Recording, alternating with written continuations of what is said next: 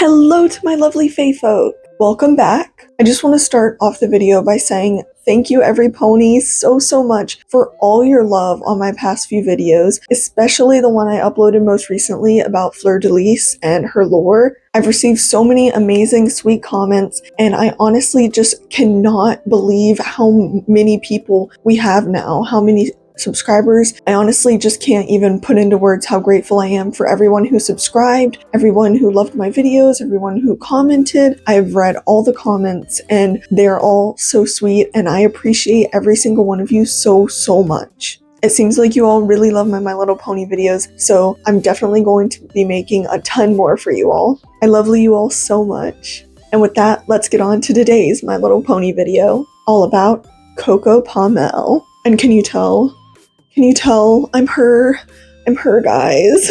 And I know everyone is asking the question, who is Coco Pommel? AKA the best background pony. You can't fight me on this, you all know it's true. Well, everypony, I'm here to answer the question of who Coco is and spill all the info on Coco's controversy. Now, I definitely think we were robbed by the fact that we barely got any Coco Pommel appearances. But even though her appearances were few, her cuteness and personality, of course, captured my heart and so many others. Now let's get into the deep dive of the appearances, lore, and even controversy of Coco Pommel. Coco Pommel, otherwise known as Miss Pommel, which we'll dive into deeper later, is an earth pony with a cream-colored coat and a teal mane and tail. Her cutie mark is a cute little purple hat with a red feather, and since she's a designer, of course, she wears the cutest little red necktie bow thingy and a flower in her mane. My flower is not the right color. It's supposed to be red, but I do not have a red flower like this. So we're using the cream one to match her coat. She's a bridal way dressmaker and used to be the assistant of the pony Surrey Polo Mare. First, we'll go through Coco's role and her appearances throughout My Little Pony, and then we'll go deeper into her controversy. We first meet Coco Pommel in Season 4, Episode 8, Rarity Takes Manhattan. Now, this time Coco was Surrey's assistant, and she aided her during Manhattan's Fashion Week. Coco is the one who makes Surrey's dresses, and just a side note, Surrey is not a good pony by any means. She's selfish, rude, and honestly horrible to Coco and Rarity. In the episode, Rarity is competing in a fashion show in Manhattan, but Surrey straight up copies Rarity's designs and even uses the special fabric that Rarity so kindly lent to her, as Rarity thought it was just going to be used for accents, not to steal the whole collection. But of course, Surrey made Coco make the plagiarized dresses. Now, throughout the episode, you can definitely tell that Coco is afraid of Surrey, but it's revealed that Surrey's mindset of it's every pony for themselves basically got hammered into Coco's mind. We also see this mindset creep into Rarity as well after Surrey has stolen her dress designs. She overworks her friends and even causes them to miss a special bridal way play that they were so excited to see. She's just mirroring how Surrey treats Coco throughout the episode at this point. Now, this led to them not attending Rarity's fashion show, which it's later revealed that because they were overworked so much, they overslept, so that's why they missed it. When Rarity sees that they aren't in attendance at the show, she realizes how cruel she was and she rushes out to go find them, middle of the show. Eventually, they did all reunite at the venue of the fashion show,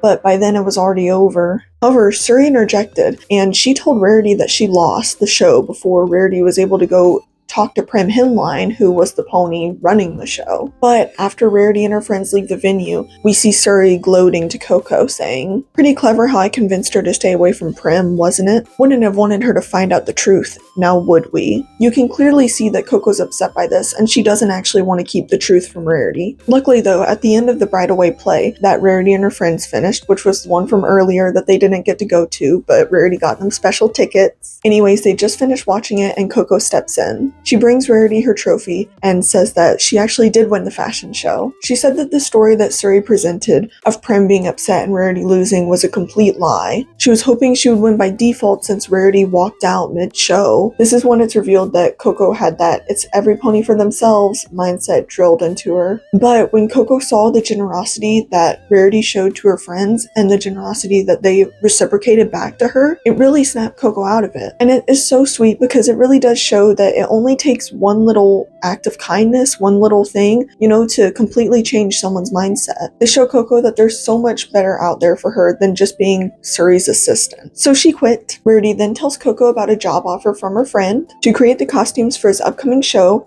and Rarity extends this job offer to Coco. Coco accepts and is finally seen at the end of the episode at the train station waving goodbye to all her new friends. She gave Rarity a rainbow-colored spool as a little thank you gift. Now, fun fact, this rainbow spool of thread actually ends up being Rarity's magical item that turns into a key that helps Twilight open the elemental box at the end of the season. Her next appearance is in Season 5, Episode 16, Made in Manhattan. Applejack and Rarity get summoned by the cutie map to go to Manhattan, which of course Rarity is ecstatic about. I would be too. Honestly though, if I was a pony, I don't even know where I would want to live in the world of Equestria, because I literally love every single place. I don't know if I would be a Canterlot, Manhattan, or Ponyville girl. If I could be besties with the main six, I would probably want to be wherever they are. So Ponyville, at least in the beginning. They weren't all in Ponyville at the end, but that's a discussion for another day. Let me know if you want me to go over the ending of My Little Pony and all my thoughts on it. And maybe the new generation. Going back to my other point, Coco's in Manhattan, so maybe I would want to be in Manhattan. But wait, the princesses are in Canterlot, and then Cadence is in the Crystal Empire. How do you choose? But where would you choose? If you were a pony, where would you live? And tell me your reasoning too, because I think it would be interesting to hear. But anyways, Rarity and Applejack go to Manhattan, and they're searching for a friendship problem to fulfill the quest that the cutie map has sent them on. However, the cutie map doesn't tell them what the friendship problem is, only where it is. And there's actually this super cute nod to Charlie Brown. Rarity sets up this friendship advice stand and says, "Good grief," just like Lucy. But suddenly, a flyer for the Midsummer Theater Revival flies into Rarity's face. And whose contact is on the flyer? None other than Coco Pommel's. Applejack and Rarity make their way to Coco's apartment, and we see the cutie in all her glory. Coco goes on to explain that the Midsummer Theater Revival is a play held at the local park.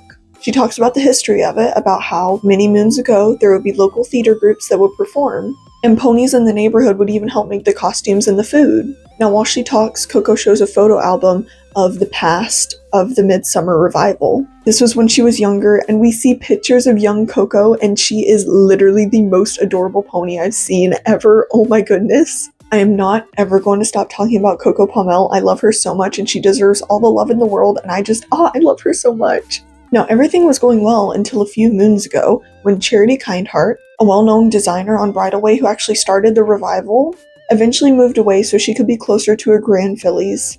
This led to the neighborhood losing the special tradition of the play, and the sense of the community in the neighborhood dwindled. We also find out here how Coco got the flower that's in her mane. Charity Kindheart was actually the pony that gave it to her. I really cannot get over these cute little Coco photos, guys. She's so cute. Literally the most adorable ever. I love her so, so much. Now, Coco goes on to say how she's been trying to take over the revival for Charity, but she's gotten a last-minute costume order for a Bridalway play and hasn't been able to work on the revival. You can really tell how stressed out Coco is about the whole event, and not a single pony has signed up from her flyers to be a volunteer. But Rarity and Applejack are here to help, of course. Then the cutest exchange happens between them. Applejack says, "You bet your boots we will." And Coco's like, "I don't wear boots. I find they chafe my calves when I walk." And Applejack is like, "It's just an expression." Sadly though, Rarity and Applejack are unsuccessful trying to get volunteers. Luckily, Coco was able to get all the Bridalway costumes done, but she hadn't even started on the costumes for the revival yet, which need to be done by tomorrow because the method mares, the ponies performing the play, are coming for a fitting. Rarity offers to help with the costumes, so that's one of the things handled. But Coco freaks out about still having to clean up the park and have the sets built. But luckily, Applejack is there to save the day, and she offers to handle that side of things. And with that, Rarity and Applejack tell Coco that they don't need any of the volunteers because all the help that Coco needs is right here. However, once Applejack sees the state of the park, she gets pretty overwhelmed and worried. Applejack is doing her best, but it's a lot of work for one pony. Luckily, Rarity and Coco come back with all the costumes finished for the play, but right then, the method mares are arriving. They've come for the fitting, but they are not impressed with the venue area. One of the method mares is stepping on the stage, but Applejack is trying her best to explain that she hasn't reinforced the stage yet. She isn't able to in time though, and as soon as the pony steps on the stage, it collapses. We cut back to Coco's apartment, and she is in distress about what to do. All she wanted was to live up to Charity's example, but things aren't working out at all. They still have barely any preparations finished, and the stage is still destroyed. So they don't even have a place for the method mares to perform at this point. Applejack goes on to say though that she has a plan, and even though it won't be as elaborate as Coco's original plans, it'll still be something. Coco's still a bit disappointed about the whole situation, but agrees to Applejack's plan. However, once it comes together more, you can tell how excited and satisfied Coco is with everything, even if it wasn't her original plan. They have just a small stage built, but it's all that they really need. The play starts, and passerby ponies start coming to watch the play as well, with Rarity, Applejack, and Coco. The play is all about the life of Charity Kindheart and how she started the Midsummer Revival. Now, as the play goes on, more and more ponies start to gather around until there's a whole crowd. Now, once the play is concluded, one of the method mares says that it's all thanks to Coco, and they bring her up on stage. Every pony cheered. Coco makes a speech thanking every pony and talks about how important the Midsummer Revival is to her and the ponies in the community. Coco says she can't take all the credit, of course, though, and brings up Rarity and Applejack on stage, and says sweetly how she couldn't do it without them. Applejack talks about how they had a lot more planned, but after it didn't work out, they simplified. Rarity tells Applejack not to be so modest though, and that her and Coco were absolutely lost. And Coco says in her super cute voice, "Bet your boots we were." And she does the cutest little wink ever. Remember back earlier in the episode when she didn't understand the boots reference at first? And then Applejack winks back. Rarity and Applejack's cutie marks then glow to signify that they have completed their cutie map mission. Now sadly, this episode is pretty much the only Coco-centered episode we get from the whole series, but we do at least get a few more appearances. In Season 6, Episode 9, The Saddle Row Review, Rarity hired Coco to be one of her sales ponies for the grand opening of her new boutique in Manhattan. And while you may be excited for a lot more Coco in this episode, sadly that did not come to be because all Coco did in the episode was tell Rarity that she's sick and can't be her sales pony anymore. But she of course has the cutest sneeze ever. Sadly, that's all the Coco we get for this episode. In Season 7, Episode 9, Honest Apple, we get a few mentions of Coco, and we find out that she's progressing in her fashion designer career. She's been making dresses and has recently had her debut in Manhattan. It's really nice and sweet to see that she's progressing in her career, even if it's done off screen. Finally, for Coco's appearances in the show, in Season 9, Episode 26, The Last Problem, when the song The Magic of Friendship Grows is playing, Coco appears in Rarity's collage, and the collage is basically ponies that have impacted Rarity, she interacted with, she's become friends with throughout the series. Now moving on to the comics. In issue 23, we get a single frame of Coco showing that she's under control of Kelpie magic. Another main series appearance is in issue 64. Coco plays a much bigger role this time, which I am, of course, ecstatic about. Rarity and Fluttershy are heading into Manhattan. Rarity for some renewed inspiration, and Fluttershy for the Animal Shelter Symposium. However, when they arrive, Rarity sees that all the fashion ponies are wearing old styles that have come back into fashion. Now this sends her into a frenzy because she doesn't want to remake things that she's already made. Fluttershy wants to help, but she needs to go to her seminar. So Rarity ends up wandering through town and stumbles upon Coco Pommel's very own boutique. Coco and Rarity start discussing how the older styles have come back into fashion. And Coco, being the sweet pony that she is, tries to provide Rarity with some encouragement. Suddenly, Fluttershy bursts into the shop, exclaiming how there was so much that she didn't do correctly regarding her shelter, and how there are so many things that she should have done differently when starting. Fluttershy's concerns unlock Rarity's solution, though. Rarity will be able to reimagine her designs and improve on things and do things better now that she has more experience.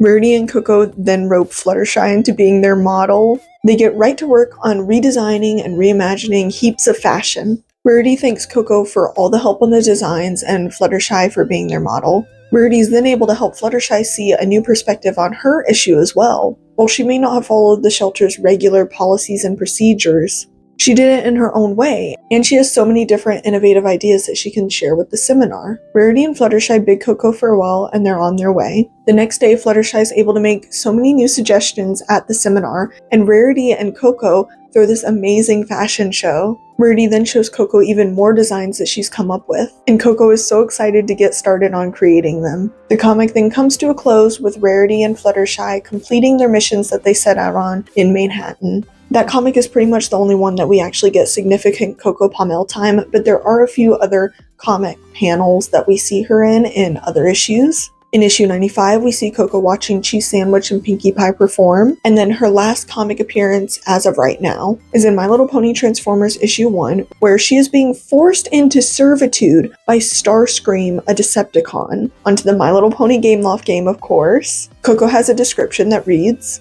"A talented seamstress inspiring the fashionistas of Equestria, Coco Pommel knows how to stir up a buzz with her majestic dress designs." Now finally, the moment you've all been waiting for, time to get into Coco's controversy. We all know Coco as Coco Pommel, and she was referred to as such throughout the beginning of the series. However, Coco's name was eventually changed to Miss Pommel. Why, you may ask? Legal issues, of course. As confirmed on Twitter by Jim Miller, a storyboard artist / supervisor and co-director of My Little Pony. Since Coco Pommel was inspired by Coco Chanel, this led the Coco Chanel estate to threaten legal action unless her name was changed, as far as we know. One interesting thing that I found when researching that someone commented on, though, was that Coco Chanel originally made hats, and they had wide-brimmed hats as one of their first hits. Hence why Coco's cutie mark is a wide-brimmed hat like that. Coco's controversy doesn't have much to it, that's basically it. Her name change isn't too exciting or in-depth or elaborate, but she'll always stay Coco Pommel to me. The last aspect of Coco to cover, though, is her merch. She definitely doesn't have a lot, but she does have a lot more than expected for a pony that doesn't show up that much in the series. First up, we have a Cutie Mark Magic Fashion Style Brushable, which the fashion style ponies are bigger than the normal brushable ponies. I think she's quite adorable, but the rubber clothes that she comes with are not my favorite. It definitely would have been nice if they used actual fabric. Next up is the Explore Equestria Posable Figures Coco. They actually had a re-release of this same item as well, but I'm sadly not a big fan of this Coco. Her jointed legs sadly look kind of strange and uncanny to me. The last brushable of Coco is from the Friendship Festival Party Friends line. Now this is a slightly different mold from the original brushables, because this is when Hasbro was trying to update the toys' appearances. It seemed like they were trying to make the toys more show accurate, but once again, I'm just not really a fan. The proportions honestly just look so strange to me. Like, I feel like her legs are too skinny for her head. Everything's just off. There was actually an Aurora plush though made of Coco, which I think is quite adorable. We even get a McDonald's Happy Meal toy of her, which I think looks quite charming. Her pose is really sweet, and I think her mane looks very well molded. However, her mane being molded on and then her tail being actual hair, that's a little strange looking, but I would rather have her over the articulated or reboot brushables.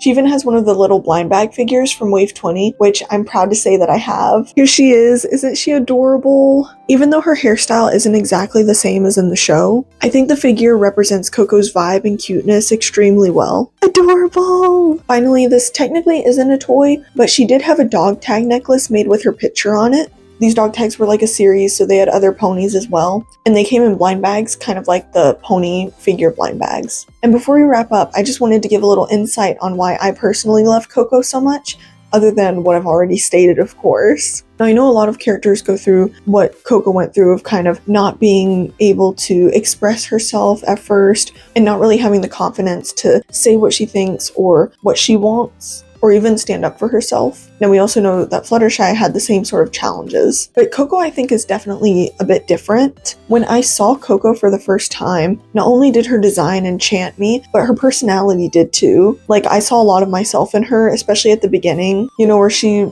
couldn't really stand up to Suri, even though she didn't want to do what Suri was making her do, and she just didn't really have the confidence to stand up for herself, which honestly, before moving to Japan especially, I related to Coco so much. Like, I would have the hardest time standing up for myself in certain situations or telling people, no, this is what I want to do, or something of those sorts. But after moving to Japan, honestly, I feel so much more confident in myself. Like, Coco kind of, you know, progressed in her confidence and being able to stand up to people. So it just kind of feels like I kind of went on this journey with Coco and we both grew together. And then, you know, she was opening her own boutique and following her dreams. And I just feel like that's kind of what I'm doing right now. Plus, with Coco being in fashion and me, you know, loving fashion, loving cosplay, she just really resonates with me. I know a lot of people go through the phase of, you know, trying to find confidence and being able to speak up for yourself. And I hope that all of you, if you haven't been able to find it yet, are able to, because because you deserve to be able to say what you want and say what you need. Just because you think the other person might get mad or not like you or get upset at you for standing up for yourself. Thank you all so much for watching, and let me know if Coco Pommel is also your favorite background pony. And tell me why you love her, because why wouldn't you love her, of course? And also let me know of anything else that you would like to see from me in the comments. And I just want to thank you all again so much for all the love. I've really wanted to do this my entire life, so seeing that you all like my videos really does mean the world to me. So hello to all the new faefolk, and if you would like to become a part of the faefolk too, don't forget to like, subscribe, and hit the notification bell. And always remember, I love you. Side note, I think we need to start referring to everyone as every pony. Like, can you just imagine saying every pony instead of everyone? Just like in the wild, out and about. That's so much more fun. Imagine pulling up to the function and being like, hey, every pony. Oh my gosh, hey, like the ponies eat. You can't stop the pony puns. They're too great and powerful. Guys, Coco Pommel is my hat. She's my hat now. Woo! Yeehaw!